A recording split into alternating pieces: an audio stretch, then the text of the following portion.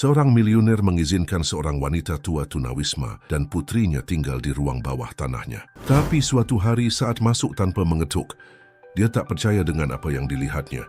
Jika cerita ini menarik bagi Anda, jangan lupa untuk berlangganan saluran kami dan beritahu kami dari kota mana Anda menonton. Mari kita lanjutkan.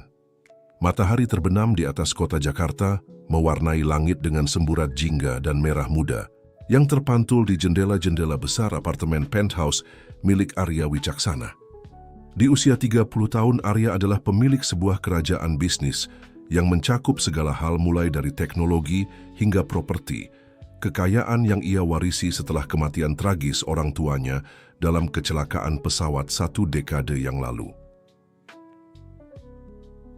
Arya memandang kota dari posisinya yang istimewa, dengan segelas whisky di tangan dan tatapan menerawang ke cakrawala. Meskipun memiliki segala hal yang bisa dibeli dengan uang, ia merasakan kekosongan di dalam dirinya yang tak bisa diisi oleh apapun. Pesta-pesta mewah, perjalanan keliling dunia, wanita-wanita cantik yang melemparkan diri padanya, tidak ada yang bisa mengusir perasaan kesepian yang menyelimutinya. Tuan Wicaksana, suara Hendra pelayannya memecah lamunannya. Makan malam sudah siap. Arya mengangguk tanpa menoleh, menenggak minumannya sekali lagi sebelum berjalan menuju ruang makan. Meja jati besar yang mampu menampung 20 orang menantinya dengan satu piring di salah satu ujungnya. Gema langkahnya bergaung dalam keheningan rumah besar itu saat ia duduk. "Apakah Tuan ingin saya menemani selama makan malam?" tanya Hendra, yang telah menjadi lebih dari sekedar karyawan sejak kematian orang tuanya. "Tidak perlu, Hendra. Kamu boleh pergi," jawab Arya dengan lambaian tangan. Pelayan itu membungkuk sedikit sebelum pergi, meninggalkan Arya sendirian dengan pikirannya dan sepiring makanan mewah yang hampir tidak akan ia sentuh. Sambil mengaduk-aduk makanannya tanpa nafsu, Arya teringat kata-kata yang ayahnya sering katakan, "Uang tidak bisa membeli kebahagiaan, nak. Yang penting dalam hidup adalah hubungan yang kita bangun dengan orang lain." Saat itu, kata-kata tersebut bergema lebih kuat dari sebelumnya. Ia memiliki semua yang bisa dibeli dengan uang, tetapi ia merasa lebih kesepian dari sebelumnya. Tidak mampu menyelesaikan makan malamnya, Arya bangkit dengan tiba-tiba, mengambil kunci mobil sportnya, dan keluar dari rumah tanpa mengucapkan sepatah kata pun. Ia membutuhkan udara segar, ia perlu merasa hidup. Jalanan Jakarta menyambutnya dengan keramaian malam yang biasa. Arya mengemudi tanpa tujuan, membiarkan raungan mesin meredam pikirannya. Saat itulah, di sebuah lampu merah, sesuatu menarik perhatiannya. Di dahan sudut jalan diterangi cahaya redup dari sebuah lampu jalan, ia melihat seorang wanita tua duduk di tanah. Di sampingnya, seorang gadis muda yang tidak mungkin berusia lebih dari 20 tahun, memegang sebuah papan yang bertuliskan, "Kami butuh bantuan. Apapun akan kami terima dengan senang hati." Sesuatu dalam pemandangan itu menggerakkan hati Arya. Mungkin itu adalah martabat dengan mana wanita tua itu menjaga kepalanya tetap tegak meskipun dalam situasinya, atau mungkin tatapan tekad di mata gadis muda itu. Tanpa berpikir dua kali, Arya memarkirkan mobilnya dan mendekati mereka. "Selamat malam," katanya mengeluarkan dompetnya. "Saya ingin membantu." Wanita tua itu menatapnya dengan campuran rasa terima kasih dan harga diri. "Terima kasih, anak muda, tapi kami tidak ingin sumbangan. Jika Anda punya pekerjaan yang bisa kami lakukan." Arya terdiam sejenak. Ia tidak terbiasa ada orang yang menolak uangnya.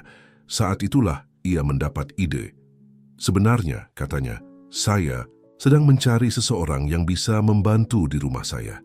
Itu rumah besar dan selalu ada pekerjaan yang harus dilakukan. Apakah kalian tertarik?" Gadis muda itu menatap wanita tua yang tampaknya sedang mempertimbangkan tawaran tersebut. "Nama saya Siti," kata wanita itu akhirnya, "dan ini putri saya, Nita.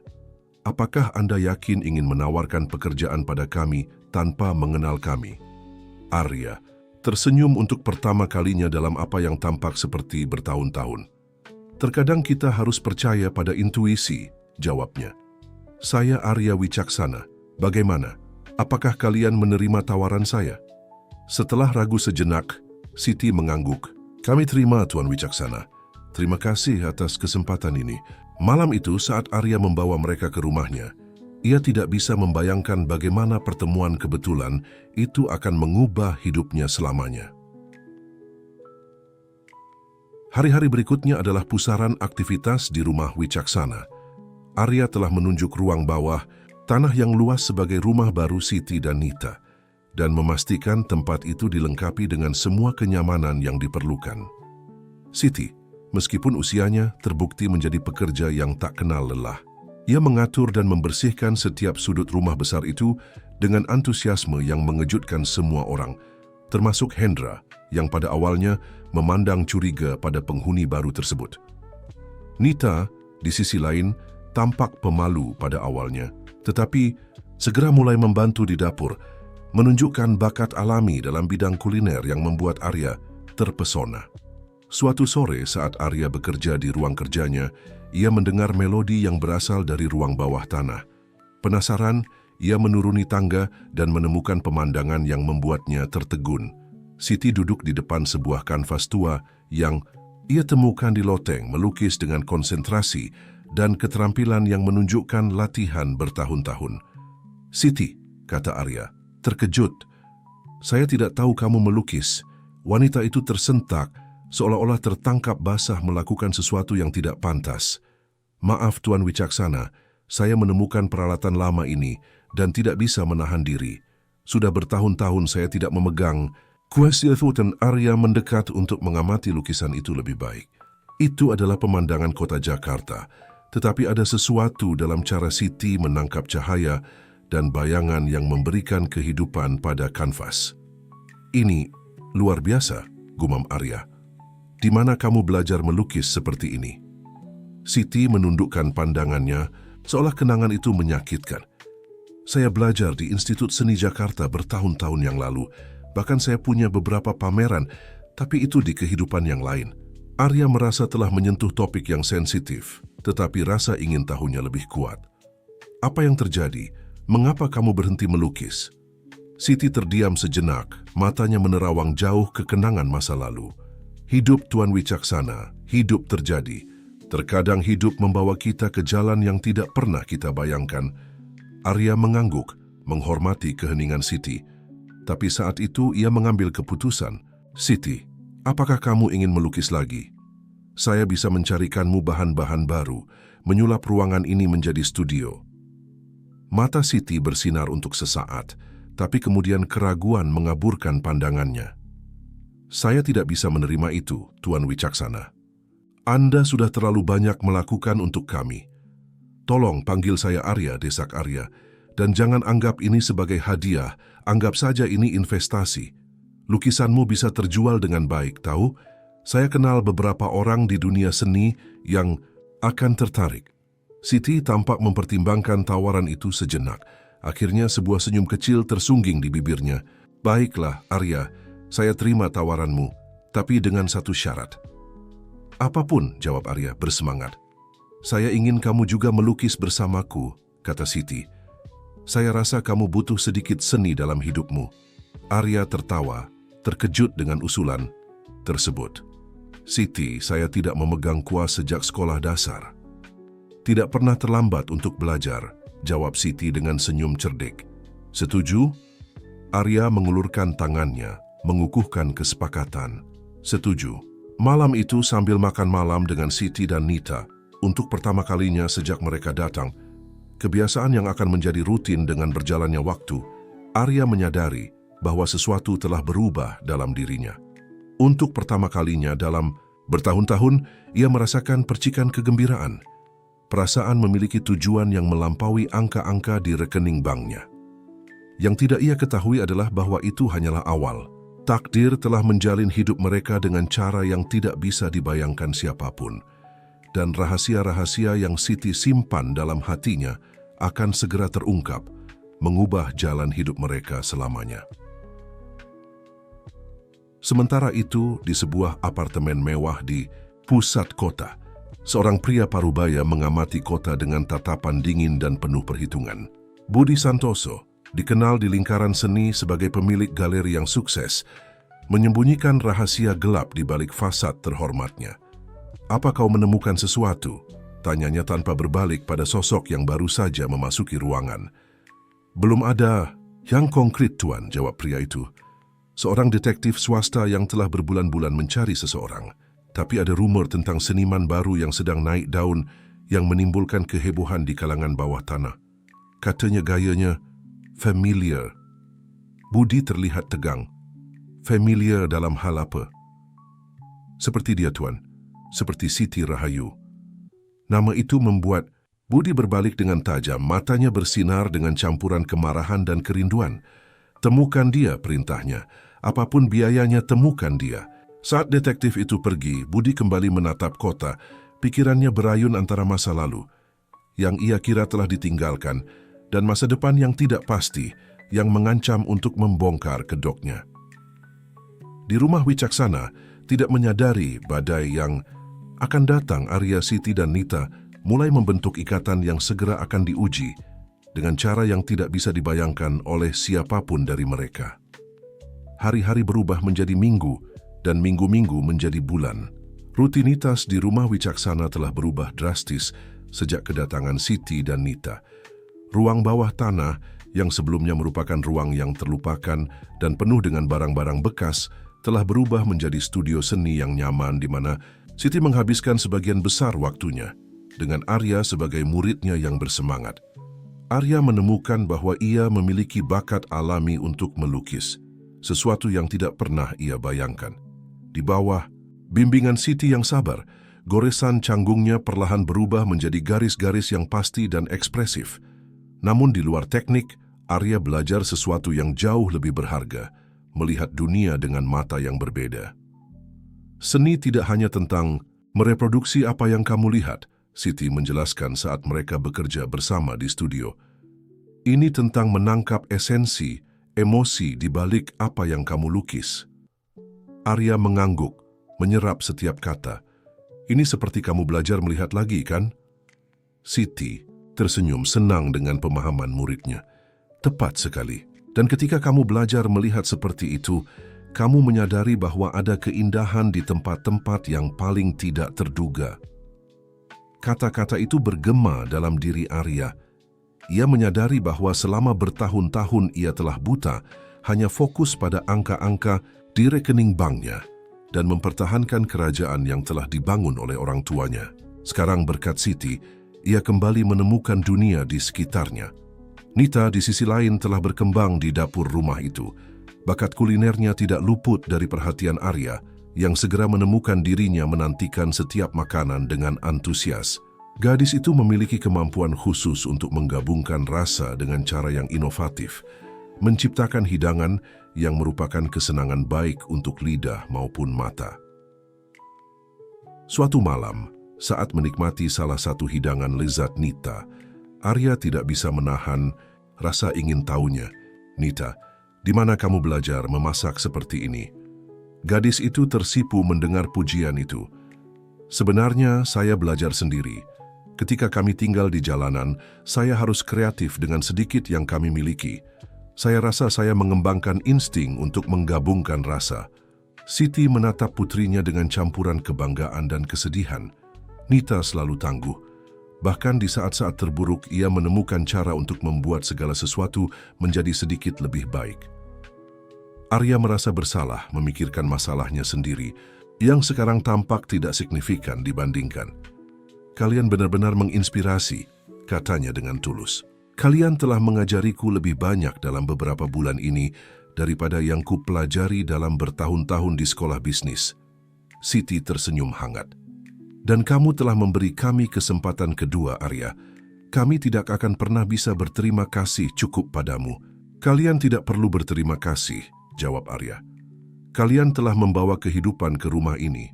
Untuk pertama kalinya dalam bertahun-tahun, saya merasa punya rumah, bukan hanya rumah besar yang penuh dengan barang-barang." Momen itu terganggu oleh Hendra yang masuk ke ruang makan dengan ekspresi khawatir.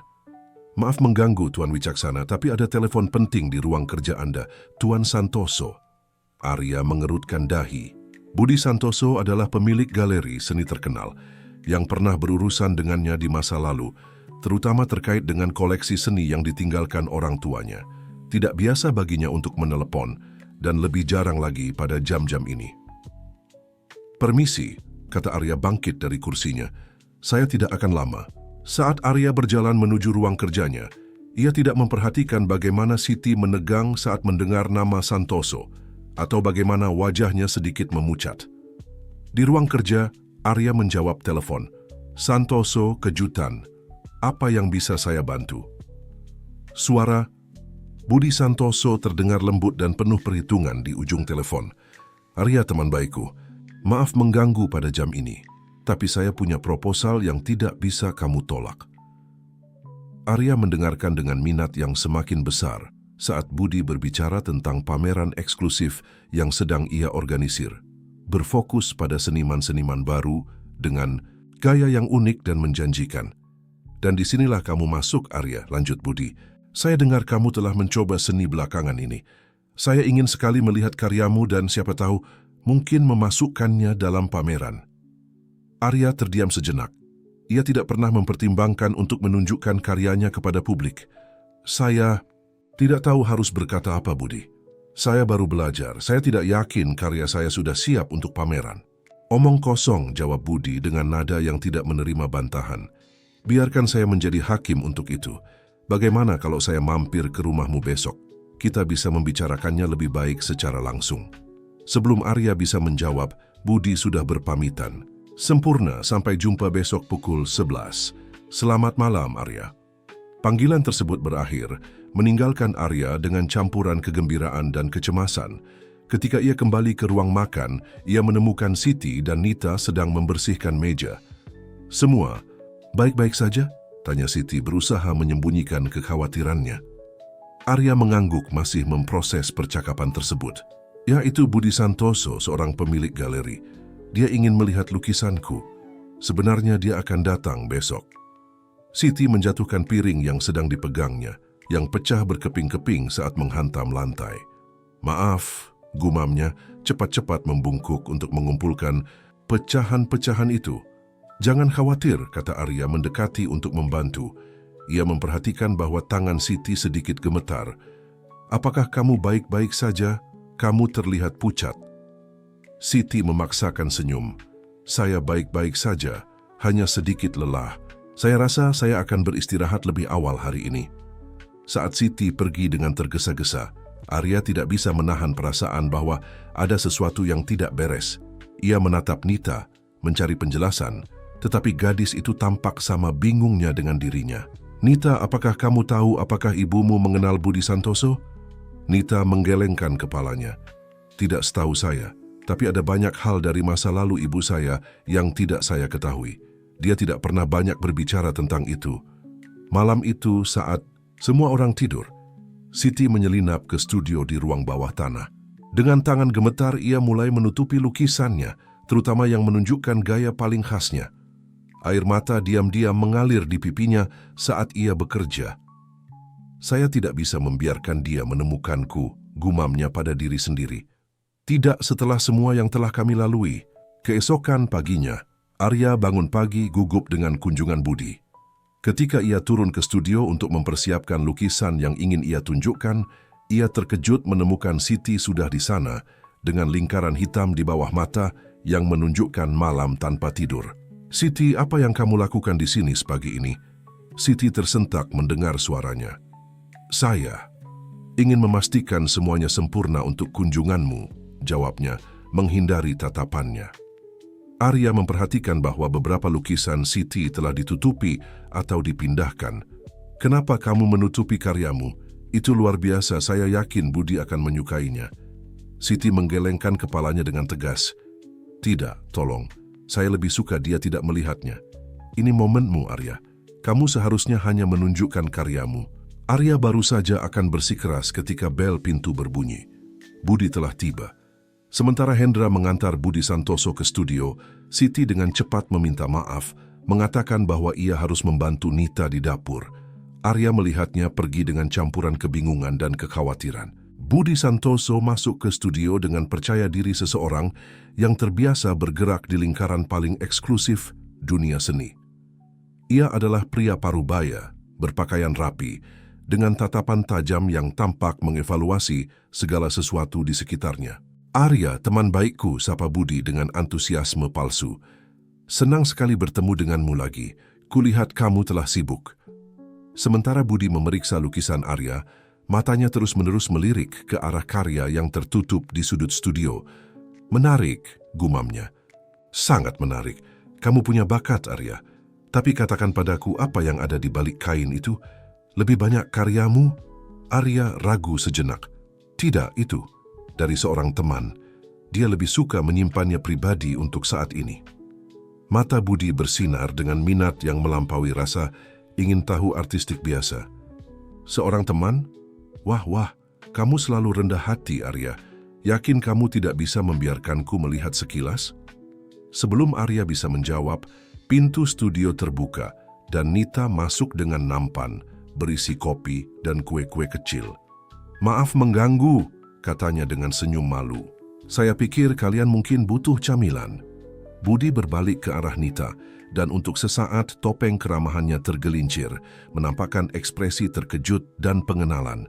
Ia pulih dengan cepat, tetapi tidak sebelum Arya memperhatikan perubahan itu. "Terima kasih sayang," kata Budi, suaranya sedikit tegang. "Kamu sangat baik." Nita mengangguk dan dengan cepat keluar dari studio, meninggalkan Arya dengan perasaan gelisah. Sesuatu sedang terjadi, dan ia bertekad untuk mencari tahu apa itu. Kunjungan Budi berlanjut selama 1 jam lagi, di mana ia memuji karya Arya dan menawarkan tempat di pameran mendatangnya.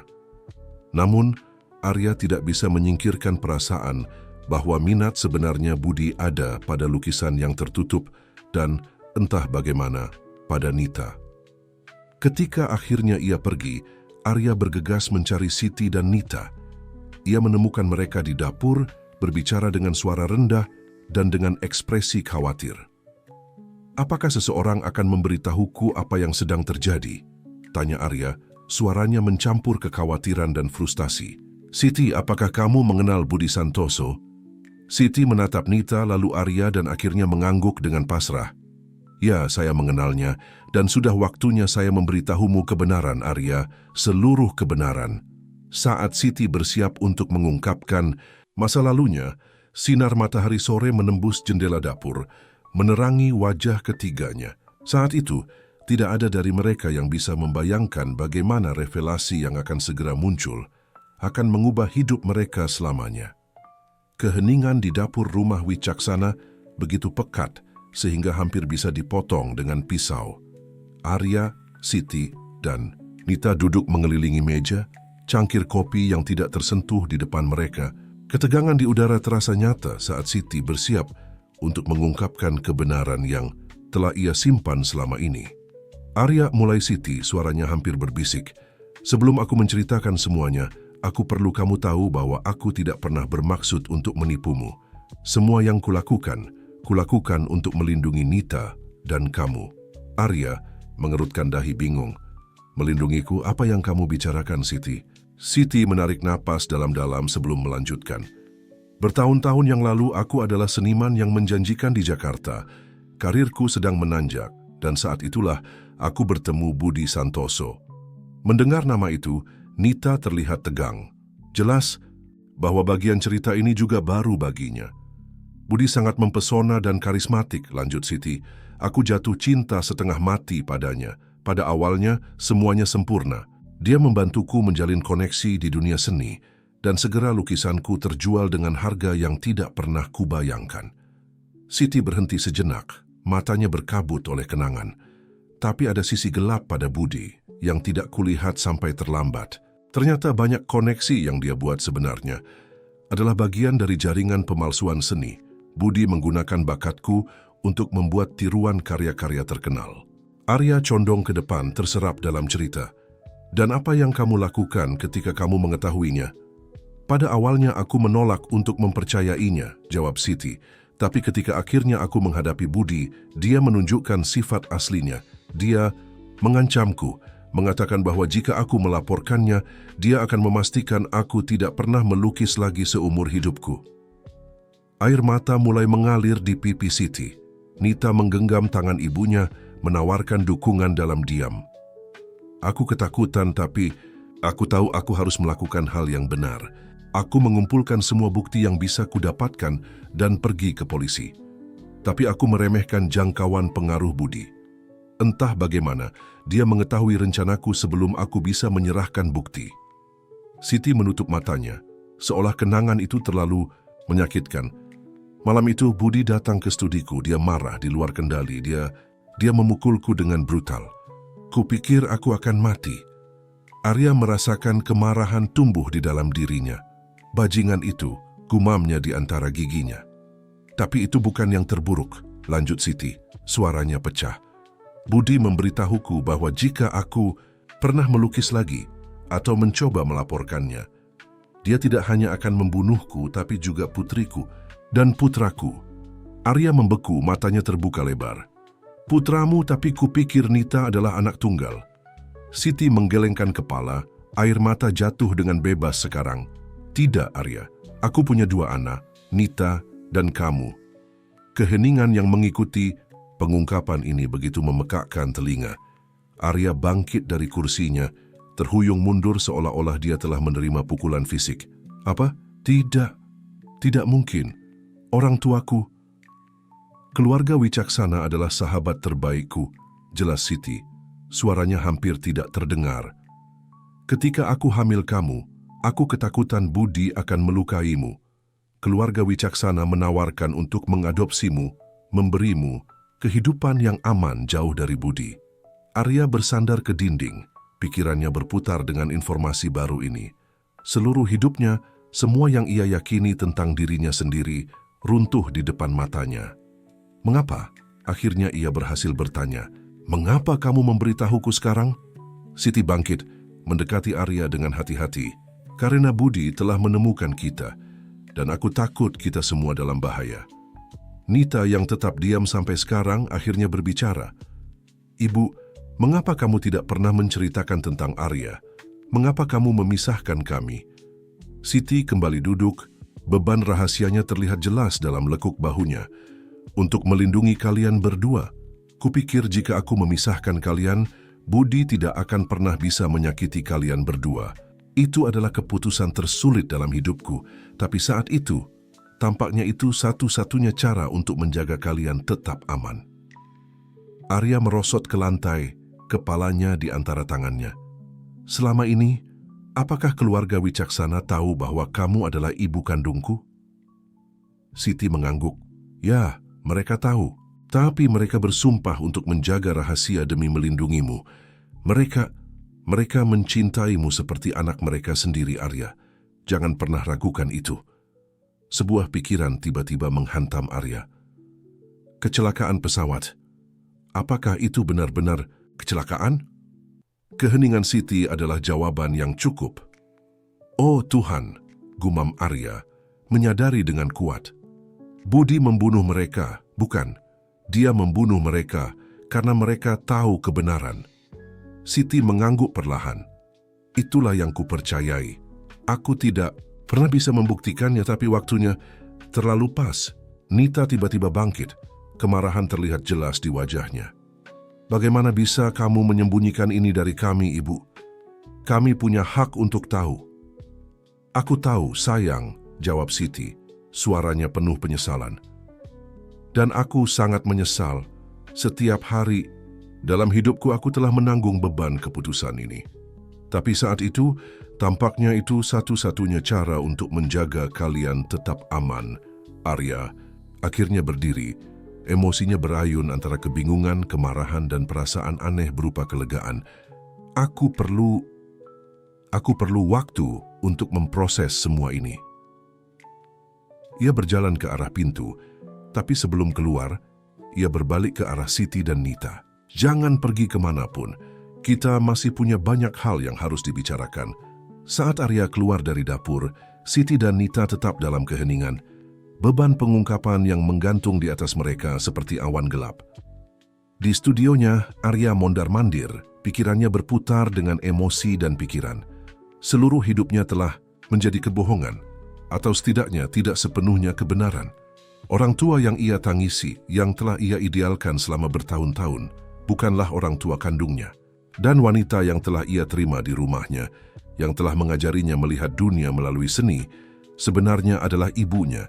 Ia berhenti di depan salah satu lukisan terbarunya, sebuah karya yang menangkap esensi kesepian yang telah ia rasakan selama ini. Sekarang ia mengerti dari mana bakat itu berasal, kebutuhan untuk mengekspresikan diri melalui seni.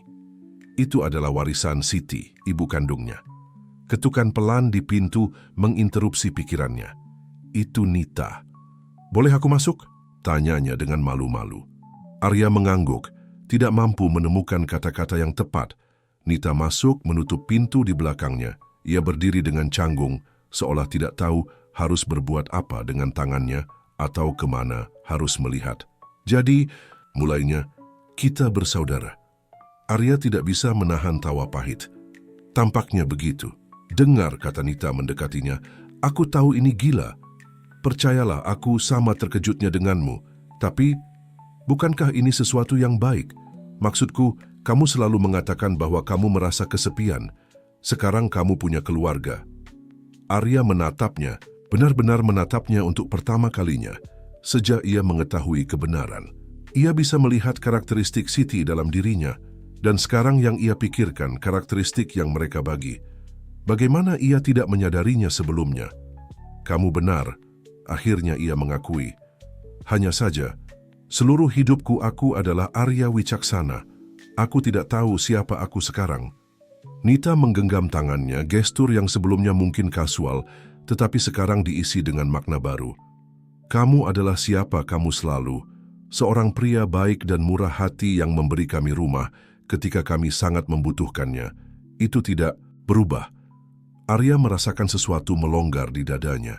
Mungkin Nita benar, mungkin ini bukan akhir dari sesuatu, tapi permulaan. "Terima kasih," katanya lembut. "Kurasa aku perlu mendengar itu." Sementara itu di dapur, Siti berjuang melawan iblisnya sendiri. Beban rahasia yang telah ia tanggung selama bertahun-tahun akhirnya terangkat, tetapi sebagai gantinya ada ketakutan akan apa yang akan terjadi selanjutnya. Bisakah anak-anaknya benar-benar memaafkannya karena telah memisahkan mereka? Dan apa yang akan terjadi sekarang setelah Budi tahu di mana mereka berada? Pikirannya terganggu oleh suara teleponnya. Dengan tangan gemetar, ia mengeluarkannya dari sakunya. Nomor di layar membuat darahnya membeku. "Halo Siti," kata suara lembut dan mengancam Budi Santoso. "Sudah lama sekali." Siti menutup matanya, berusaha mengendalikan gemetar dalam suaranya. "Apa yang kau inginkan, Budi?" "Ayolah, apakah itu cara menyapa teman lama?" jawab Budi, nada mengejek. "Kamu tahu persis apa yang kuinginkan. Lukisanmu, Siti, yang asli. Aku tahu kamu memilikinya." "Aku tidak tahu apa yang kamu bicarakan," bohong Siti, meskipun dia tahu itu sia-sia. "Jangan main-main denganku," desis Budi. Semua kepura-puraan keramahan menghilang dari suaranya. "Aku melihat lukisan tertutup di studio Arya. Aku akan mengenali gayamu di mana saja. Lukisan itu bernilai jutaan dan itu milikku." "Itu tidak pernah menjadi milikmu," jawab Siti, menemukan kekuatan yang tidak ia ketahui ia miliki. "Itu milikku, karyaku, pasionku.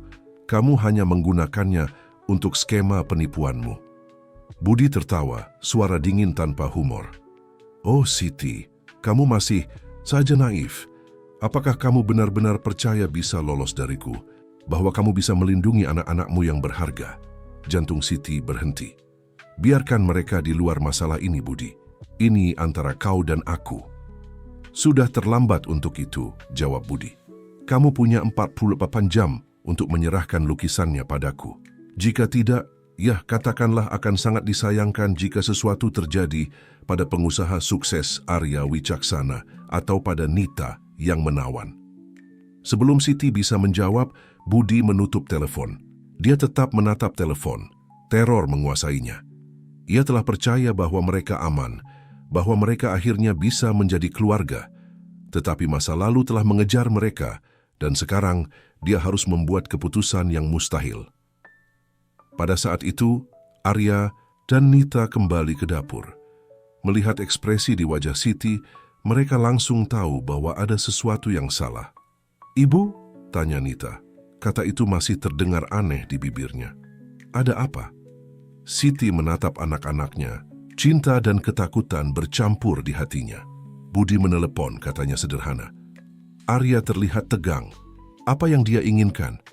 Siti menarik napas dalam-dalam. Saatnya menghadapi kebenaran, seluruh kebenaran. Dia menginginkan lukisanku, yang asli. Dan jika aku tidak memberikannya, dia akan datang untuk kalian. Keheningan yang mengikuti memekakkan telinga. Ketiganya saling berpandangan, sadar bahwa mereka berada di tepi jurang. Apa yang mereka putuskan untuk dilakukan selanjutnya akan mengubah hidup mereka selamanya. Arya yang pertama memecah keheningan. Tidak, katanya dengan tegas. Kita tidak akan menyerah pada ancamannya. Sudah waktunya kita menghadapi ini bersama sebagai keluarga. Nita mengangguk, menggenggam tangan ibunya. Arya benar, tidak ada lagi rahasia, tidak ada lagi lari. Kita lebih kuat bersama. Siti menatap anak-anaknya, kebanggaan dan cinta memenuhi hatinya. Untuk pertama kalinya dalam bertahun-tahun, ia merasakan secercah harapan. Kalian benar, akhirnya ia berkata. Sudah waktunya mengakhiri ini sekali dan untuk selamanya. Saat ketiganya mulai merencanakan langkah selanjutnya, tidak ada dari mereka yang bisa membayangkan tikungan dan belokan yang menanti mereka. Masa lalu dan masa kini akan segera bertubrukan dengan cara yang akan mengubah hidup mereka selamanya. Di Cakrawala, awan-awan menggelap mengisyaratkan badai yang akan datang, tapi di dalam rumah wicaksana, sebuah keluarga yang baru ditemukan bersiap untuk menghadapi bersama apapun yang akan datang. Pagi berikutnya, menyingsing kelabu dan hujan, seolah langit sendiri mencerminkan ketegangan yang dirasakan di dalam rumah wicaksana.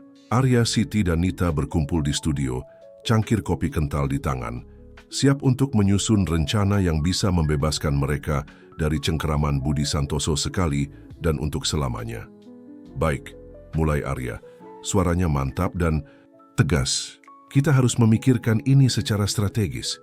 Budi memiliki kekuasaan dan pengaruh, tapi kita memiliki sesuatu yang dia inginkan dengan putus asa. Siti mengangguk, pandangannya tertuju pada lukisan tertutup di sudut studio. Karya asli saya. Itu adalah bukti penipuannya, tapi juga sangat berharga dengan sendirinya. Tapi kenapa sekarang? Tanya Nita, mengerutkan dahi. Sudah bertahun-tahun, mengapa Budi begitu putus asa untuk mendapatkannya saat ini?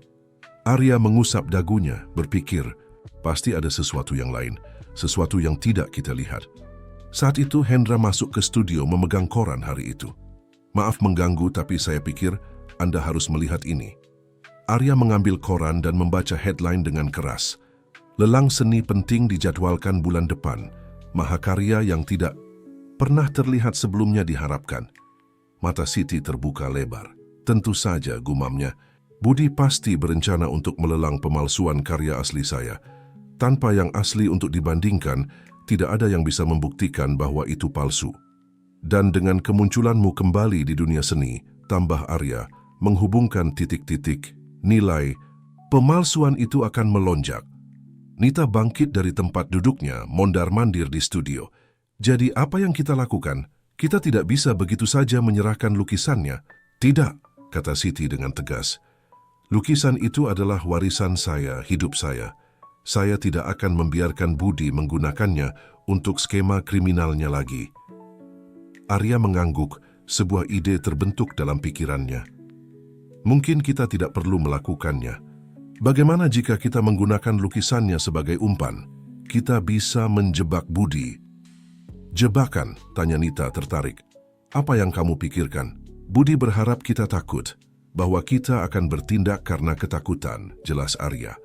Tapi bagaimana jika alih-alih kita mengundangnya ke rumah, kita bisa mengatur pameran kecil hanya untuk pembeli pilihan? Siti mengerutkan dahi dan mengekspos diri kita seperti itu. Itu akan sangat berisiko. Tepat, tersenyum Arya. Budi tidak akan berharap kita melakukan sesuatu seperti itu. Dia akan sangat ingin mendapatkan lukisannya, sehingga dia akan menurunkan kewaspadaannya. Sementara itu, lanjutnya, kita bisa menghubungi pihak berwenang, memiliki bukti ancamannya dan usahanya untuk mendapatkan lukisannya akan cukup untuk menjeratnya. Nita mengangguk dengan antusias. dan saya bisa membantu mengorganisir acara itu. Tidak ada yang akan mencurigai anak angkat yang hanya menyiapkan makan malam sederhana. Siti memandang anak-anaknya dengan campuran kebanggaan dan kekhawatiran. Ini berisiko, akhirnya dia berkata, tapi mungkin bisa berhasil. Namun kita akan membutuhkan bantuan. Saya punya beberapa kontak di kepolisian, tawar Arya. Orang-orang yang bisa dipercaya yang mungkin bisa membantu kita tanpa menimbulkan kecurigaan. Dan saya, tambah Siti, mengenal seseorang dari masa lalu, seseorang yang mungkin penting untuk rencana kita. Arya dan Nita menatap ibu mereka dengan penasaran. Siapa? Mereka bertanya serempak. Siti menarik napas dalam-dalam sebelum menjawab, ayahmu Arya, ayah kandungmu. Keheningan yang mengikuti pengungkapan ini memekakkan telinga. Arya membeku, pikirannya berjuang untuk memproses informasi baru ini. Ayahku, akhirnya dia berhasil berkata. Kukira dia sudah meninggal. Siti menggelengkan kepala, air mata terbentuk di matanya. Tidak, dia tidak meninggal. Tapi aku harus menjauhkannya untuk melindungi kalian berdua. Dia adalah satu-satunya yang mengetahui seluruh kebenaran tentang aktivitas Budi. Dan karena itu, hidupnya selalu dalam bahaya. Nita mendekati saudaranya, meletakkan tangan di bahunya sebagai tanda dukungan. Siapa namanya? Tanyanya dengan lembut. Joko, jawab Siti. Joko Prawiro, dia adalah seorang restorasi seni yang brilian. Dialah yang mengajariku banyak teknik yang kugunakan dalam lukisanku. Arya tiba-tiba bangkit, membutuhkan ruang untuk memproses pengungkapan baru ini. Ia mendekati jendela, mengamati hujan yang turun tanpa henti di luar. Selama ini, gumamnya, kukira aku yatim piatu, dan sekarang ternyata aku punya keluarga lengkap. Siti mendekatinya, meletakkan tangan gemetar di lengannya. Aku sangat menyesal. Arya, aku tahu ini banyak untuk dicerna. Arya berbalik menghadapnya, matanya bersinar dengan emosi yang tertahan. Mengapa kamu tidak memberitahuku lebih awal? Ketika kamu datang ke sini, ketika kita mulai dekat, mengapa kamu menyimpan rahasia? Aku takut, mengakui Siti. Takut Budi akan menemukan kita, takut menempatkanmu dalam bahaya. Tapi sekarang aku lihat bahwa ketakutan itu hanya membuat kita terpisah. Tidak ada lagi rahasia, aku janji. Arya mengangguk perlahan, memproses kata-katanya. Kemudian, mengejutkan semua orang termasuk dirinya sendiri, ia memeluk Siti. Terima, kasih telah memberitahuku kebenaran, bisiknya.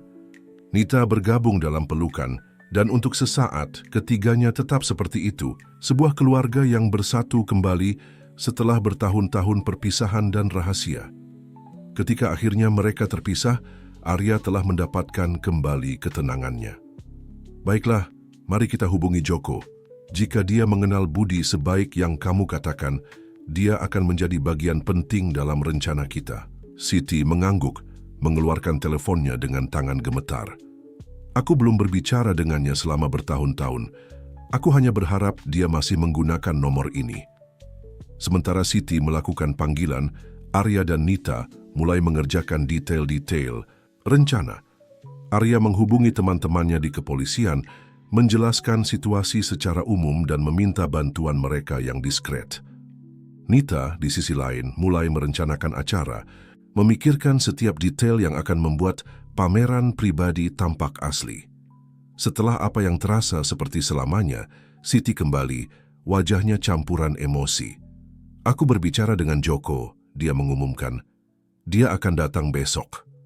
Arya merasa jantungnya berdebar. Besok dia akan bertemu dengan ayah kandungnya. Apakah kamu menceritakan tentang aku? Tanyanya. Siti mengangguk. Aku menceritakan semuanya padanya. Dia tidak sabar untuk bertemu denganmu. Sementara keluarga melanjutkan perencanaan, mereka tidak bisa tahu bahwa Budi Santoso juga membuat rencana sendiri. Di apartemen mewahnya dikelilingi oleh karya seni yang asal-usulnya dipertanyakan, Budi berbicara di telepon dengan suara serius. Ya, aku yakin itu mereka, katanya. Wanita itu pasti Siti, dan gadis itu pasti putrinya. Tapi pria itu, ada sesuatu tentang dia yang terasa familiar. Suara di ujung telepon mengatakan sesuatu yang membuat Budi mengerutkan dahi. Tidak, kita tidak bisa menunggu. Lelang adalah 1 bulan lagi, dan aku butuh lukisan itu. Jika Siti tidak bekerja sama, kita harus mengambil langkah yang lebih drastis. Dia menutup telepon dan menuangkan segelas whisky, mengamati kota melalui jendela panoramiknya. Segera Siti, gumamnya. Segera kita akan menyelesaikan apa yang kita mulai bertahun-tahun yang lalu. Kembali ke rumah Wicaksana, sementara keluarga menyelesaikan detail-detail rencana mereka tidak bisa membayangkan komplikasi yang akan datang. Kedatangan Joko tidak hanya akan menambahkan dinamika baru ke situasi keluarga mereka yang sudah kompleks, tetapi juga akan membawa serta rahasia-rahasia masa lalu yang mengancam untuk menggagalkan semua yang telah mereka rencanakan. Malam itu, saat semua bersiap untuk tidur, rumah itu penuh dengan campuran antisipasi dan ketakutan. Besok akan menandai awal dari fase baru dalam hidup mereka. Satu yang bisa membawa mereka pada kebebasan atau kehancuran. Arya berbaring di tempat tidurnya, tidak bisa tidur. Pikirannya dipenuhi dengan ayah yang tidak pernah ia kenal, ibu yang baru saja ia temukan, dan saudari yang telah masuk ke dalam hidupnya dengan cara yang paling tidak terduga. Seperti apa Joko? Apakah mereka akan mirip? Akankah pria itu menyetujui orang yang telah menjadi dirinya? Di kamarnya, Siti juga tidak bisa tidur. Kenangan tentang hidupnya dengan Joko saat-saat bahagia sebelum Budi masuk ke dalam hidup mereka bercampur dengan ketakutan tentang apa yang mungkin dibawa masa depan. Bisakah keluarga mereka yang baru bersatu selamat dari badai yang akan datang? Nita, di sisi lain, tetap terjaga merencanakan setiap detail acara. Tekadnya untuk melindungi keluarga yang baru ditemukannya, mendorongnya untuk memikirkan setiap kemungkinan. Dan begitulah, sementara malam berlanjut dan hujan terus turun di Jakarta, rumah Wicaksana bersiap untuk hari yang akan mengubah hidup mereka selamanya. Masa lalu dan masa kini akan segera bertubrukan, dan hanya waktu yang akan mengatakan apakah cinta dan kebenaran akan cukup untuk mengatasi ujian yang menanti mereka. Pagi tiba dengan kejernihan yang kontras dengan badai emosional yang dirasakan di dalam rumah Wicaksana. Arya bangun pagi, tidak bisa tidur lebih lama karena antisipasi dan kegelisahan. Hari ini ia akan bertemu ayah kandungnya. Saat ia bersiap-siap, pikirannya terus berputar. Seperti apa Joko? Apakah mereka akan mirip? Apa yang akan ia katakan padanya? Begitu banyak pertanyaan tanpa jawaban, begitu banyak emosi yang tertahan selama bertahun-tahun. Di dapur, ia menemukan Nita sedang menyiapkan sarapan. Aroma kopi yang baru diseduh dan roti panggang memenuhi udara, menciptakan perasaan normalitas palsu di tengah kekacauan hidup mereka. "Selamat pagi," sapa Nita dengan senyuman tegang. "Bisa tidur?" Arya menggelengkan kepala menerima dengan penuh syukur cangkir kopi yang ditawarkan saudarinya. "Hampir tidak. Kamu?" "Sama," jawab Nita. "Aneh ya, seluruh hidup kita berubah dalam hitungan hari." Sebelum Arya bisa menjawab, Siti masuk ke dapur. Dia terlihat pucat dan lelah seolah telah menua bertahun-tahun dalam semalam. "Selamat pagi," katanya lembut. "Joko ayahmu akan tiba dalam 1 jam." Keheningan yang mengikuti terasa berat, syarat dengan emosi tak terucapkan, dan pertanyaan tak terucap. Akhirnya Arya berbicara. "Bu," kata itu masih terasa asing di bibirnya. "Seperti apa dia, ayahku maksudku?" Siti duduk, matanya menerawang ke kenangan jauh. Joko adalah seorang pria yang brilian dan penuh gairah. Ketika aku bertemu dengannya, aku terpesona bukan hanya oleh bakat seninya, tapi oleh visinya tentang dunia. Dia melihat keindahan dalam segala hal, bahkan dalam hal-hal paling sederhana. Senyum sedih terlukis di wajahnya saat ia melanjutkan. Dia memiliki tawa yang menular dan kemampuan alami untuk membuat semua orang di sekitarnya merasa istimewa. Tapi dia juga keras kepala dan terkadang terlalu idealis untuk kebaikannya sendiri. Arya mendengarkan dengan seksama, mencoba membentuk gambar tentang pria ini yang adalah ayahnya. "Dan mengapa kamu harus menjauhkannya?" Wajah Siti menggelap. "Ketika kami menemukan apa yang Budi lakukan, Joko ingin menghadapinya secara langsung. Aku takut, bukan hanya untuk diriku, tapi untuk kalian berdua." Budi sudah menunjukkan apa yang mampu ia lakukan. Suaranya pecah dan Nita mendekati untuk menghiburnya. Siti menarik napas dalam-dalam sebelum melanjutkan. Aku membuat Joko berjanji untuk tetap jauh, untuk tidak mencoba menghubungi kami. Aku mengatakan padanya bahwa itu satu-satunya cara untuk menjaga kita semua tetap aman. Itu keputusan paling sulit dalam hidupku. Suara bel pintu memecah percakapan, mengejutkan mereka semua. Hendra muncul di pintu masuk dapur. "Tuan," katanya berbicara kepada Arya, "seorang pria telah tiba. Dia bilang namanya Joko Prawiro." Jantung Arya berdebar kencang. Inilah saatnya. Dia bangkit perlahan bertukar pandang dengan Siti dan Nita. "Persilakan dia masuk ke studio, tolong," katanya, terkejut oleh ketenangan dalam suaranya sendiri. Saat mereka menuju studio, Arya merasa seperti berjalan dalam gerak lambat. Setiap langkah membawanya lebih dekat ke pertemuan yang akan mengubah hidupnya selamanya. Saat memasuki studio, dia melihatnya. Joko Prawiro adalah pria tinggi, dengan rambut beruban dan mata dalam yang mencerminkan bertahun-tahun pengalaman dan emosi yang tertahan. Ketika pandangan mereka bertemu, rasanya seperti waktu berhenti. "Arya," kata Joko, suaranya syarat dengan emosi. "Anakku." Tanpa berpikir, Arya mendekat dan memeluk ayahnya. Semua pertanyaan, semua keraguan menghilang pada saat itu. Untuk pertama kalinya dalam hidupnya, ia merasa telah menemukan bagian dari dirinya yang hilang. Siti dan Nita mengamati adegan tersebut dengan air mata di mata mereka. Ini adalah momen reuni, penyembuhan, tetapi juga awal dari tahap baru yang penuh tantangan. Ketika akhirnya mereka berpisah, Joko memandang Siti. "Siti," katanya lembut, "sudah bertahun-tahun." Siti mengangguk, tidak mampu berbicara. Nita melangkah maju memperkenalkan diri. "Saya Nita," katanya. "Saya kira saya juga putrimu." Joko tersenyum memeluk Nita. "Keluargaku," gumamnya, "akhirnya bersama." Momen emosional itu diinterupsi oleh Arya yang meskipun bahagia dengan reuni tersebut, tidak bisa melupakan alasan mereka memanggil Joko. "Ayah," katanya, kata itu masih baru di bibirnya, "kami membutuhkan bantuanmu." Budi Santoso. Ekspresi Joko mengeras mendengar nama itu. "Budi," geramnya, "seharusnya aku tahu bajingan itu ada di balik semua ini." Mereka duduk dan Arya melanjutkan untuk menjelaskan situasi dan rencana yang telah mereka susun. Joko mendengarkan dengan seksama. Wajahnya campuran kebanggaan atas kecerdikan putranya dan kekhawatiran tentang risiko yang terlibat. "Ini berisiko," akhirnya ia berkata, "tapi bisa berhasil. Namun, ada sesuatu yang perlu kalian ketahui tentang Budi, sesuatu yang bisa memperumit masalah." Semua condong ke depan ingin mendengar. Joko menarik napas dalam-dalam sebelum melanjutkan. "Budi tidak bekerja sendiri. Dia memiliki koneksi di level tinggi. Orang-orang berpengaruh yang melindunginya.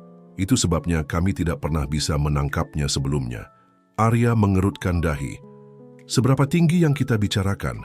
Politisi, hakim, bahkan beberapa anggota kepolisian," jawab Joko.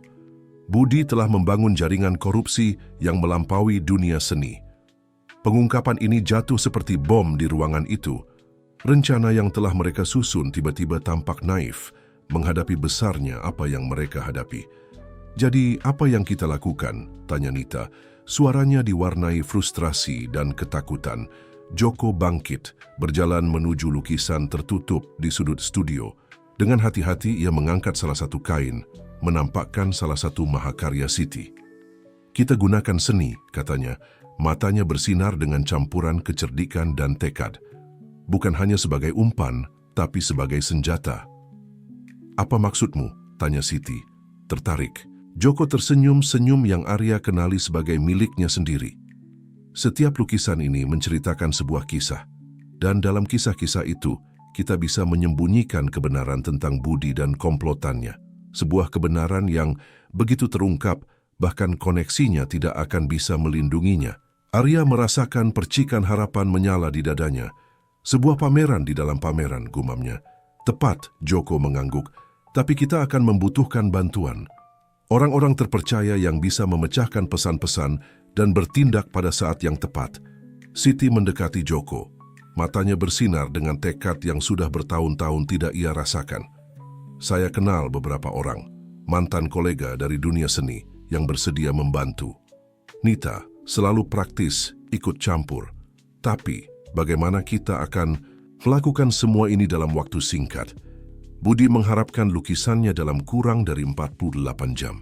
Joko memandang keluarganya yang baru bersatu, senyum bangga di wajahnya. Kita akan bekerja bersama, sebagai keluarga. Sudah waktunya seni yang Budi coba curi dan rusak menjadi kejatuhannya. Sementara keluarga mulai merencanakan strategi baru, ini mereka tidak bisa tahu bahwa Budi Santoso juga sedang membuat gerakan sendiri. Di kantornya dikelilingi karya seni yang asalnya diragukan, Budi berbicara di telepon dengan suara rendah. "Ya, saya yakin," katanya. "Joko Prawiro telah muncul kembali. Tidak, kita tidak bisa menunggu.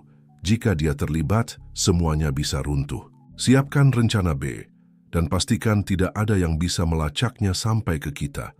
Dia menutup telepon, wajahnya topeng tekad yang dingin. Dia mendekati brankas tersembunyi di balik sebuah lukisan dan mengeluarkan sebuah amplop. Di dalamnya ada foto lama, menguning karena waktu. Di dalamnya terlihat 4 sosok tersenyum, Siti, Joko, Budi sendiri, dan orang keempat yang wajahnya telah dibakar. "Maaf, teman lama," gumam Budi pada sosok tanpa wajah, "tapi beberapa rahasia harus tetap terkubur." Sementara itu, di rumah Wicaksana, keluarga bekerja melawan waktu. Tanpa mengetahui bahwa mereka akan segera mengungkap misteri yang jauh lebih besar dan berbahaya dari yang pernah mereka bayangkan. Hitungan mundur telah dimulai dan nasib mereka semua bergantung pada sehelai benang. Hari-hari berikutnya di rumah Wicaksana adalah pusaran aktivitas yang menyibukkan. Keluarga bekerja tanpa kenal lelah, mengubah rencana Joko menjadi kenyataan. Siti menghabiskan berjam-jam di studio, memodifikasi lukisannya dengan halus untuk memasukkan pesan-pesan tersembunyi yang akan mengekspos jaringan korupsi Budi. Arya menggunakan kontaknya di dunia bisnis untuk mengorganisir pameran dan memastikan orang-orang yang tepat hadir. Nita mengurus logistik, mengubah rumah menjadi galeri seni improvisasi namun elegan. Joko di sisi lain bekerja di balik layar, menghubungi sekutu-sekutu lama dan mempersiapkan landasan untuk pukulan besar terhadap Budi. Pengalaman dan pengetahuannya tentang dunia bawah tanah seni terbukti sangat berharga. Malam sebelum pameran, keluarga berkumpul di studio untuk tinjauan terakhir rencana tersebut. "Ingat," kata Joko, suaranya syarat dengan ketegangan. "Setiap lukisan menceritakan sebagian dari cerita. Tamu-tamu kunci akan tahu apa yang harus dicari, tapi kita harus memastikan Budi tidak mencurigai apapun sampai terlambat." Siti mengangguk. Matanya lelah tapi bertekad. "Saya telah memasukkan detail-detail yang kamu berikan, Joko. Nama, tanggal, tempat, semuanya ada di sana tersembunyi dalam pandangan biasa." Arya meninjau daftar tamu. "Kita punya konfirmasi dari semua kontak yang kamu sarankan, Ayah. Jurnalis, kritikus seni, bahkan beberapa politisi yang bersedia berbalik melawan Budi jika mereka memiliki bukti yang diperlukan. Dan saya telah berkoordinasi dengan tim keamanan," tambah Nita. "Mereka tahu persis apa yang harus dilakukan dan kapan harus bertindak." Joko memandang keluarganya dengan campuran kebanggaan dan kekhawatiran. "Kalian telah melakukan pekerjaan luar biasa. Tapi ingat, Budi berbahaya dan cerdik. Kita tidak bisa meremehkannya." Sementara keluarga terus menyelesaikan detail-detail, mereka tidak bisa tahu bahwa Budi Santoso juga bersiap untuk pameran dengan rencana sendiri yang mengancam untuk menggagalkan semua yang telah mereka kerjakan. Di penthouse mewahnya, Budi merapikan dasinya di depan cermin. Wajahnya topeng ketenangan yang menyembunyikan badai di dalam. Teleponnya berbunyi dan ia menjawab tanpa mengalihkan pandangan dari refleksinya. "Apakah semuanya siap?" tanyanya. "Ya, Tuan," jawab suara di ujung telepon. "Tim sudah di posisi. Atas perintah Anda, kami akan melanjutkan dengan rencana B." "Sempurna," kata Budi, senyum dingin terbentuk di bibirnya. "Ingat, hanya jika benar-benar diperlukan, saya lebih suka menyelesaikan ini secara beradab." Dia menutup telepon dan mengambil amplop dari mejanya. Di dalamnya ada foto lama, yang sama yang ia lihat beberapa hari lalu. Dia mengamatinya sesaat sebelum memasukkannya ke dalam saku dalam jasnya. Malam ini, gumamnya pada diri sendiri, semuanya berakhir. Malam pameran tiba, membawa serta ketegangan listrik yang seolah mengisi udara. Rumah wicaksana bersinar di bawah lampu yang ditempatkan secara strategis, berubah menjadi galeri seni kelas dunia. Para tamu mulai berdatangan, campuran yang dipilih dengan cermat dari elit dunia seni, jurnalis, politisi, dan tokoh-tokoh berpengaruh. Arya mengenakan setelan hitam yang rapi, menyambut para tamu di pintu masuk. Senyum menawannya menyembunyikan kegelisahan yang ia rasakan di dalam. Setiap kali pintu terbuka, jantungnya berdebar, mengantisipasi kedatangan Budi. Di ruang utama, Siti bergerak di antara para tamu dengan anggun yang menyembunyikan bertahun-tahun praktik. Mengenakan gaun panjang warna merah marun, ia berhenti di depan setiap lukisan, memberikan penjelasan dan dengan halus mengarahkan perhatian penonton ke detail-detail penting. Nita, elegan dalam setelan biru malam, mengawasi catering dan memastikan semuanya berjalan lancar. Matanya terus memindai ruangan, waspada terhadap tanda-tanda masalah. Joko tetap di latar belakang, mengamati segalanya dari sudut strategis. Dia mengenakan setelan abu-abu yang membuatnya tampak seperti tamu lainnya, tapi matanya yang tajam tidak melewatkan detail apapun. Akhirnya pintu terbuka dan Budi Santoso membuat entrance-nya. Gumaman percakapan mereda sejenak saat semua mata tertuju padanya. Budi, berpakaian rapi dan dengan senyum percaya diri, menyapa Arya dengan jabat tangan. "Arya, teman mudaku," kata Budi, suaranya lembut seperti sutra. "Pameran yang mengesankan yang telah kau organisir, aku tidak sabar untuk melihat karya yang kau lindungi." Arya mempertahankan ketenangannya, membalas senyumnya. "Budi, selamat datang. Silakan nikmati pamerannya. Aku yakin kau akan menemukan lukisan-lukisannya," mengungkapkan. Saat Budi masuk ke galeri, Arya bertukar pandang penuh arti dengan Nita. Permainan telah dimulai. Budi bergerak melalui ruangan dengan percaya diri seorang predator, matanya menilai setiap lukisan dengan mata kritis. Ketika ia sampai pada karya, pertama Siti, ekspresinya berubah dengan halus. Pengenalan, kejutan, dan kemudian percikan sesuatu yang lebih gelap melintas di wajahnya. Siti mendekati, jantungnya berdebar kencang tapi suaranya mantap. "Budi, betapa mengejutkan melihatmu di sini." Budi berpaling kepadanya, senyum yang tidak mencapai matanya. "Siti, sayang, tahun-tahun telah berbaik hati padamu. Kulihat kau tidak kehilangan sentuhanmu." "Beberapa hal membaik seiring waktu," jawab Siti, menahan tatapannya. Sementara ketegangan antara Siti dan Budi tumbuh, tamu-tamu kunci mulai memperhatikan detail-detail tersembunyi dalam lukisan. Seorang jurnalis mengerutkan dahi pada tanggal yang tersembunyi dalam pemandangan sebuah lukisan. Seorang kritikus seni bergumam pada dirinya sendiri, mengenali nama-nama yang dikodekan dalam goresan-goresan sebuah potret. Seorang politisi menjadi pucat melihat adegan yang tampaknya menggambarkan pertemuan rahasia yang ia kira telah terlupakan. Joko mengamati semua ini dengan puas, mengetahui bahwa potongan-potongan puzzle mulai terpasang, tetapi kelegaannya berumur pendek. Tiba-tiba lampu berkedip dan padam sepenuhnya, menyelimuti galeri dalam kegelapan. Teriakan kaget dan kebingungan memenuhi udara. Ketika lampu menyala kembali beberapa detik kemudian, dua hal menjadi jelas. Budi Santoso telah menghilang, dan lukisan utama pameran, mahakarya Siti yang berisi bukti paling damaging terhadap jaringan korupsi, tidak lagi di tempatnya. Kekacauan melanda galeri.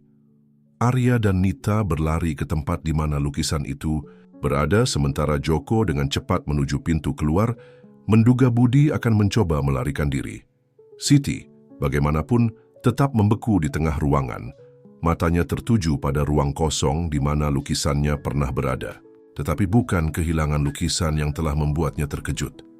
Di tempatnya tertempel di dinding, ada sebuah foto lama. Foto yang sama yang telah Budi lihat sebelumnya. Dengan tangan gemetar, Siti mengambil foto itu. Di dalamnya, 4 sosok tersenyum pada kamera. Dirinya sendiri, lebih muda, Joko dengan kilau kebahagiaan di matanya. Budi tanpa kekerasan yang sekarang mencirikan wajahnya, dan orang keempat yang wajahnya telah dibakar. Tetapi Siti tidak perlu melihat wajah untuk tahu siapa itu. Kenangan-kenangan yang telah ia kubur selama ini muncul dengan kuat, mengancam untuk menenggelamkannya. Tidak mungkin, gumamnya, air mata terbentuk di matanya. Arya kembali ke sisinya, terengah-engah. Bu Budi melarikan diri dengan lukisannya. Kita harus... Dia berhenti melihat ekspresi di wajah Siti. Ada apa? Apa itu? Siti menatap putranya, lalu pada foto, dan akhirnya ke arah pintu, di mana Joko telah keluar mengejar Budi. Arya, katanya. Suaranya hampir berbisik. Ada sesuatu yang perlu kamu ketahui, sesuatu yang mengubah segalanya. Sementara itu, di jalanan Jakarta, Joko berlari mengejar sosok Budi yang bergerak dengan ketangkasan mengejutkan untuk usianya. Lukisan yang dicuri terjamin di bawah lengannya. Budi, teriak Joko. Berhenti, semua sudah berakhir. Budi berbalik tanpa berhenti berlari. Tidak akan pernah berakhir, Joko, tidak sampai kebenaran terungkap, kebenaran sepenuhnya. Mereka berbelok di sudut dan Budi tersandung, jatuh ke tanah. Lukisan tergelincir jauh darinya. Joko menyusulnya terengah-engah. Sudah berakhir, Budi, kata Joko, membungkuk untuk mengambil lukisan. Kau akan membayar untuk semua yang telah kau lakukan. Budi tertawa, suara pahit dan lelah. Oh Joko, selalu begitu mulia, begitu buta. Apakah kau benar-benar berpikir kau tahu seluruh ceritanya? Sebelum Joko bisa menjawab, suara sirene memenuhi udara. Lampu polisi menerangi jalan. Budi memandang Joko, senyum sedih di wajahnya. Tampaknya waktu kita telah habis, teman lama. Tapi ingat, kebenaran selalu terungkap. Bahkan bagian-bagian yang lebih suka kau simpan dalam kegelapan. Saat polisi mendekat, Joko tidak bisa menahan perasaan bahwa meskipun telah mendapatkan kembali lukisan dan akan segera melihat Budi ditangkap, sesuatu yang lebih besar dan lebih berbahaya akan segera terungkap. Sebuah rahasia yang telah tetap terkubur selama beberapa dekade dan yang mengancam untuk menghancurkan semua yang telah mereka bangun. Kembali di rumah, Siti bersiap untuk mengungkapkan kebenaran yang akan mengubah jalannya hidup mereka selamanya. Malam yang dimulai sebagai jebakan untuk Budi telah berubah menjadi kotak Pandora, berisi rahasia dan pengungkapan.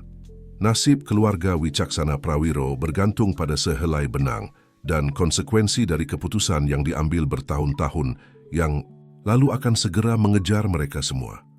Rumah Wicaksana, yang beberapa jam sebelumnya menjadi tempat pameran seni yang elegan, sekarang tenggelam dalam keheningan yang tegang.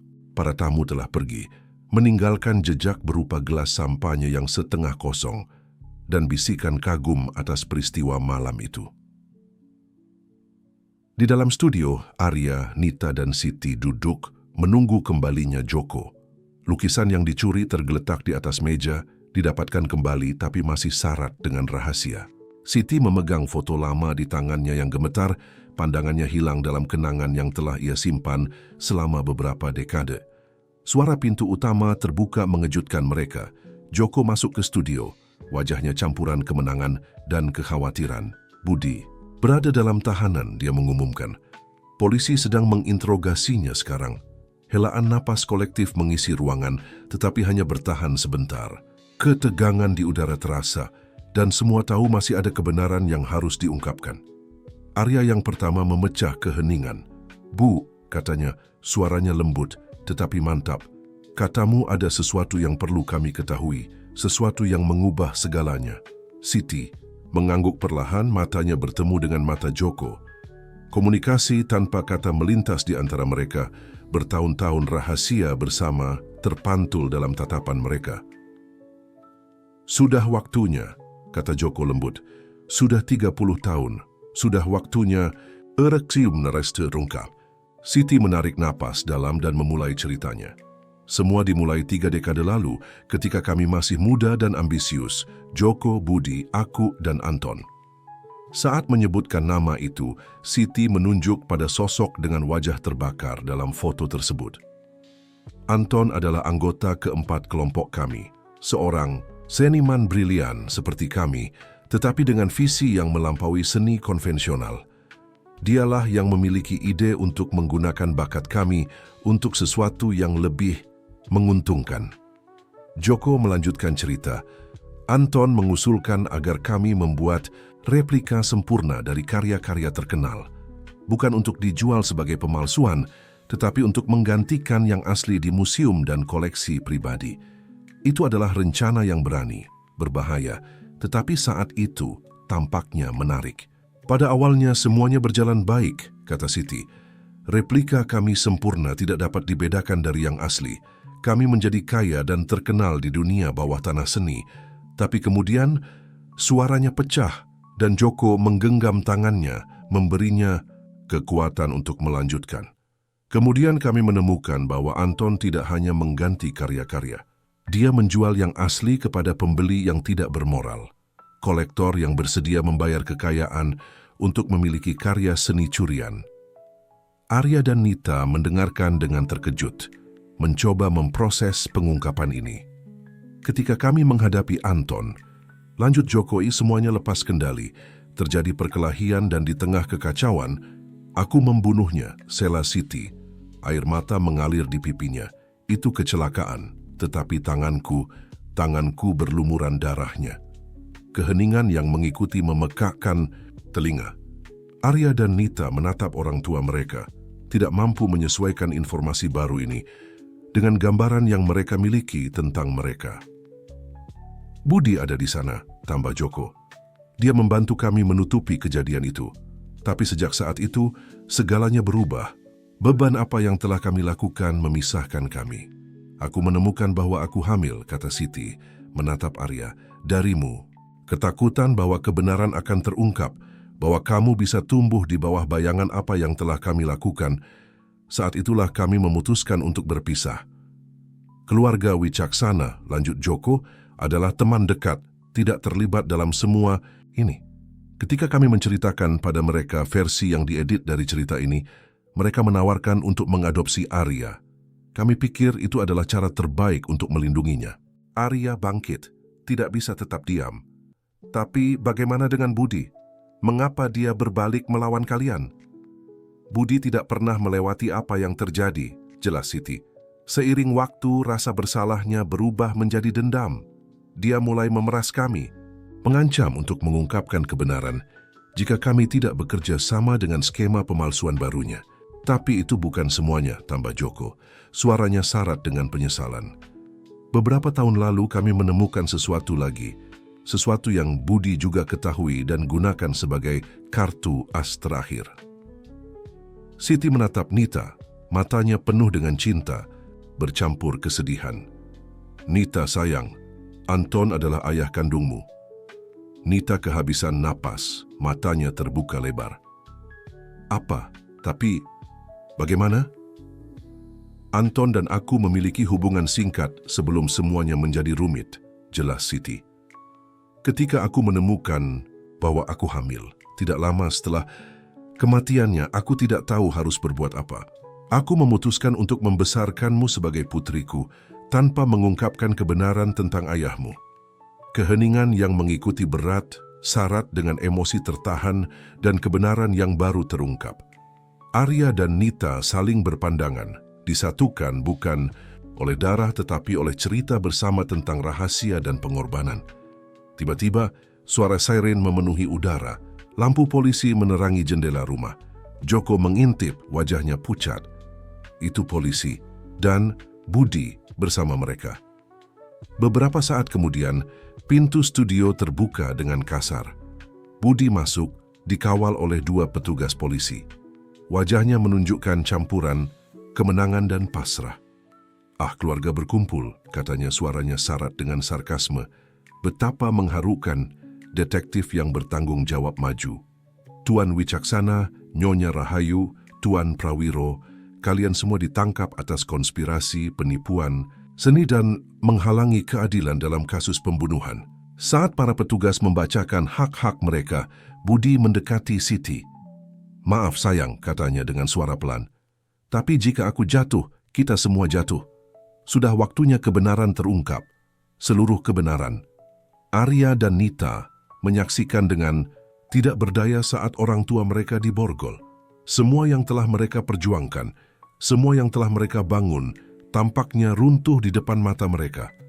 Tetapi kemudian, di tengah kekacauan, Arya memperhatikan sesuatu. Kilau di mata Joko, sinyal hampir tidak terlihat antara dia dan Siti. Dan dia mengerti, ini juga bagian dari rencana. Saat mereka dibawa keluar dari rumah, Arya mendekati Nita dan berbisik, "Percayalah padaku, ini belum berakhir."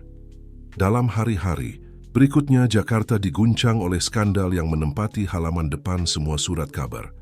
Kebenaran tentang jaringan pemalsuan seni, politisi korup, dan pembunuhan Anton terungkap. Tetapi dengan setiap pengungkapan, muncul pertanyaan-pertanyaan, baru opini publik terpecah.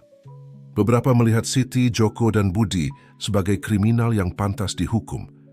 Yang lain menganggap mereka sebagai korban keadaan yang mustahil, seniman yang telah menyimpang dari jalan, tetapi yang pada akhirnya telah mencoba melakukan hal yang benar.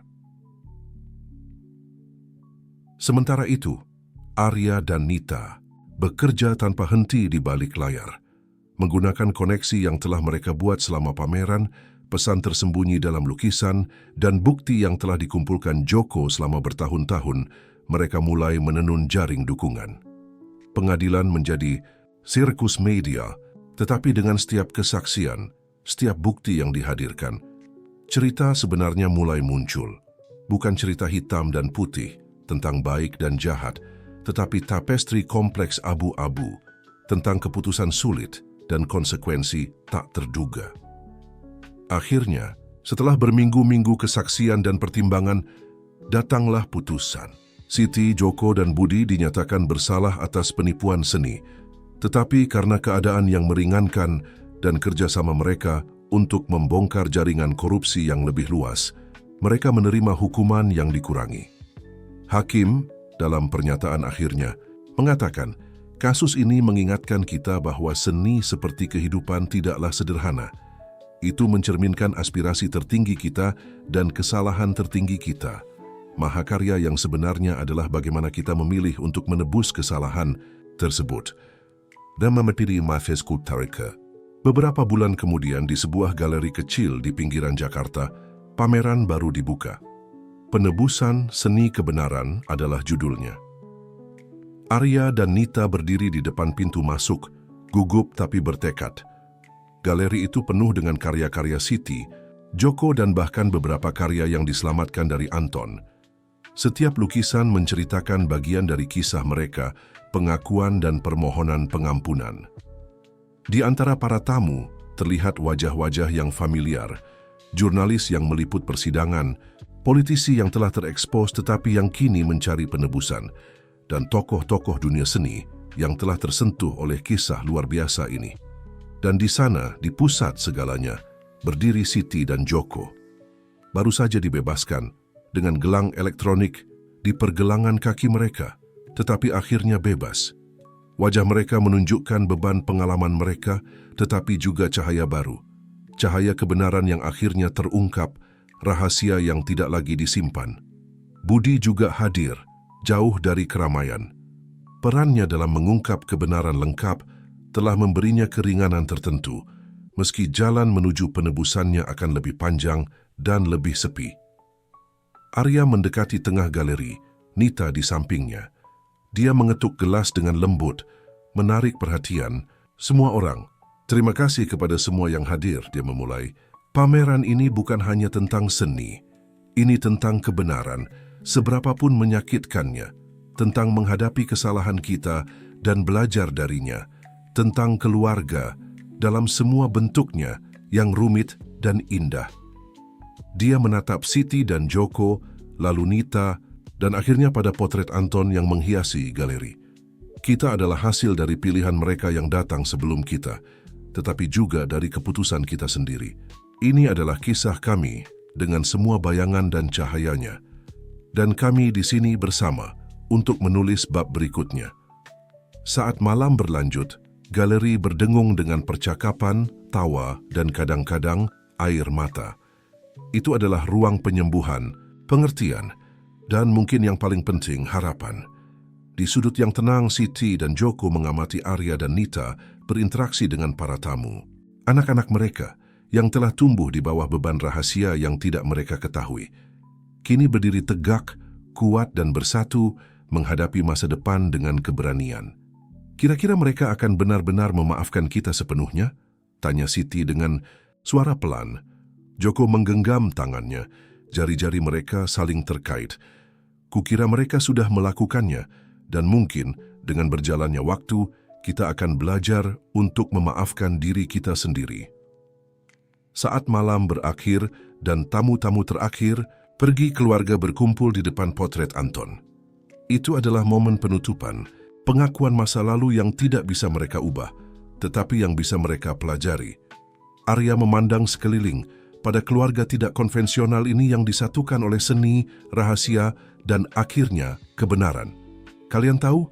Katanya dengan senyuman, saya rasa ini bisa menjadi mahakarya kita. Dan demikianlah, di bawah cahaya lembut galeri, dikelilingi seni yang menceritakan kisah mereka, keluarga Wicaksana Prawiro bersiap untuk melukis kanvas baru. Satu yang penuh dengan kesempatan kedua, cinta yang ditemukan kembali, dan janji masa depan di mana kebenaran, seberapapun sulitnya, akan selalu menemukan tempatnya di atas kanvas hidup mereka.